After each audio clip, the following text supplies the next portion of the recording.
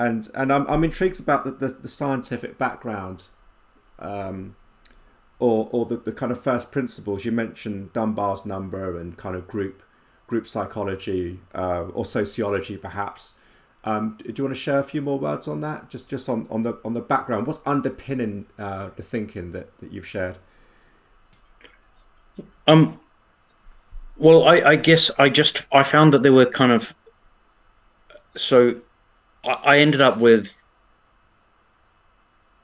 huge amounts of books and research and articles and from academics right the way through to kind of magazines that we all read and online blogs and such like. And and the problem was, as I collated all of that information together, because as I was searching for how can I make my organization and my team better, and how can I make my help other people get what I was thinking and what I was seeing.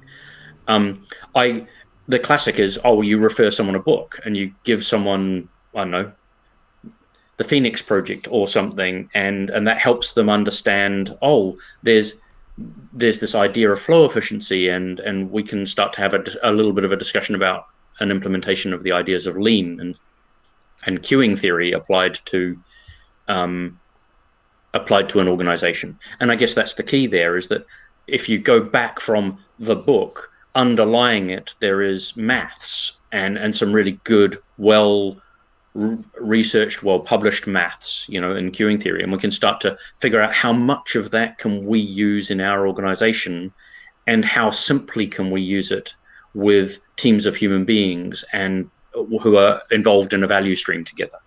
And so I was trying to take those kind of ideas and concepts back to what might be behind it that we could reuse. And I found that there was that structure around efficiency, which lean and agile talk a lot about, and how can we get the dynamic of flow going through our organizations? How can we get throughput up, and how can we reduce failure demand, and all of those kinds of ideas, and fantastic stuff.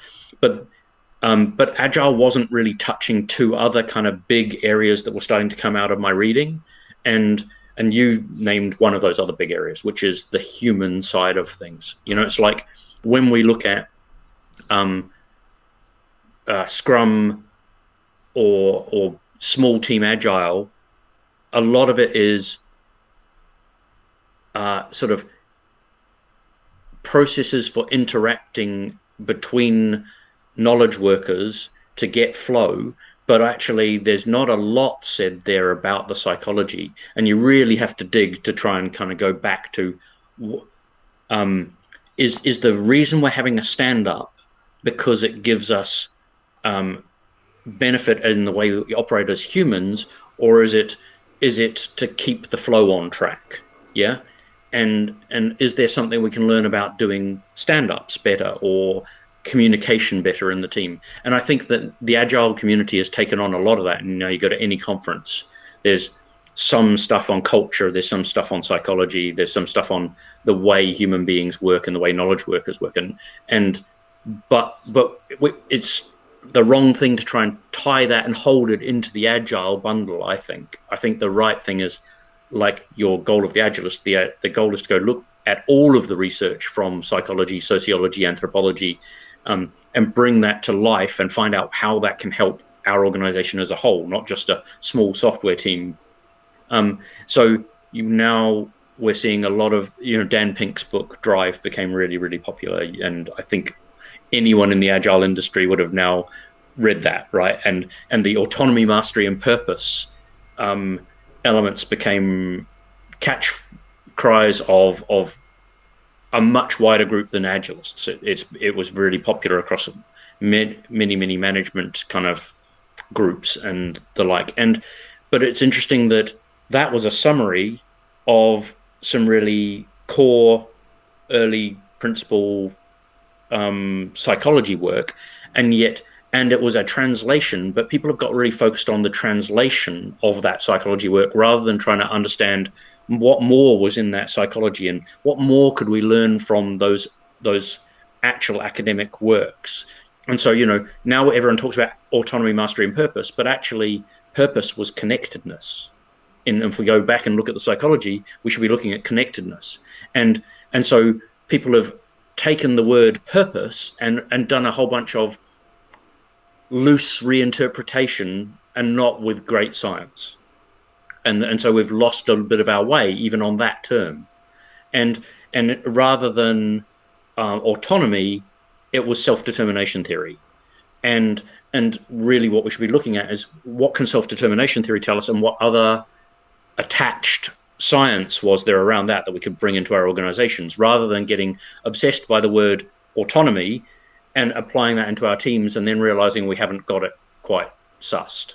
And we see, Spotify talking a lot about the fact that when they put autonomy into their culture as a key value, they had a whole bunch of struggle with then trying to create alignment later. And so they started to talk about the fact that actually they should have done alignment inside their organization before they brought autonomy in as a concept.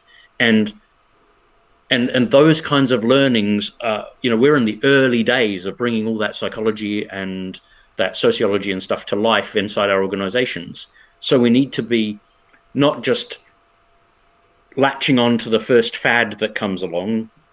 We need to be, as thought leaders, as agile coaches, as an influencer like yourself, Dean, we need to be going out and digging deeper and hunting and trying to establish what really works when we put those concepts into our organizations.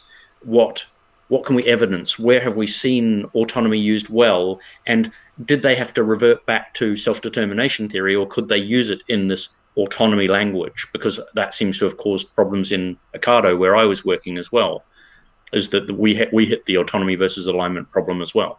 And the fact that multiple organizations are probably hitting that because we all grabbed it almost too quickly was something I was trying to help people by. Let's go back to first principles. Let's find out what's really under the hood. Let's look for when we're sure we've got practices we can all use, and let's make sure we know why and where they're going to be valuable.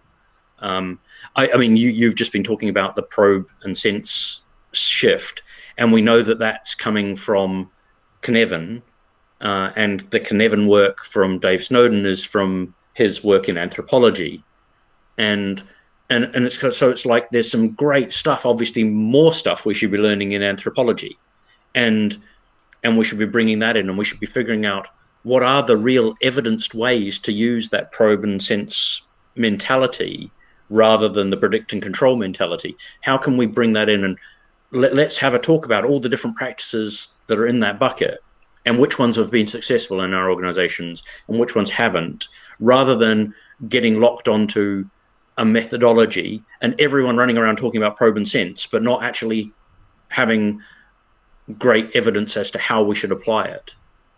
And I think we run a risk of starting another movement with some very loose statements, a bit like the manifesto, and potentially getting 10% of the value out of it we could have.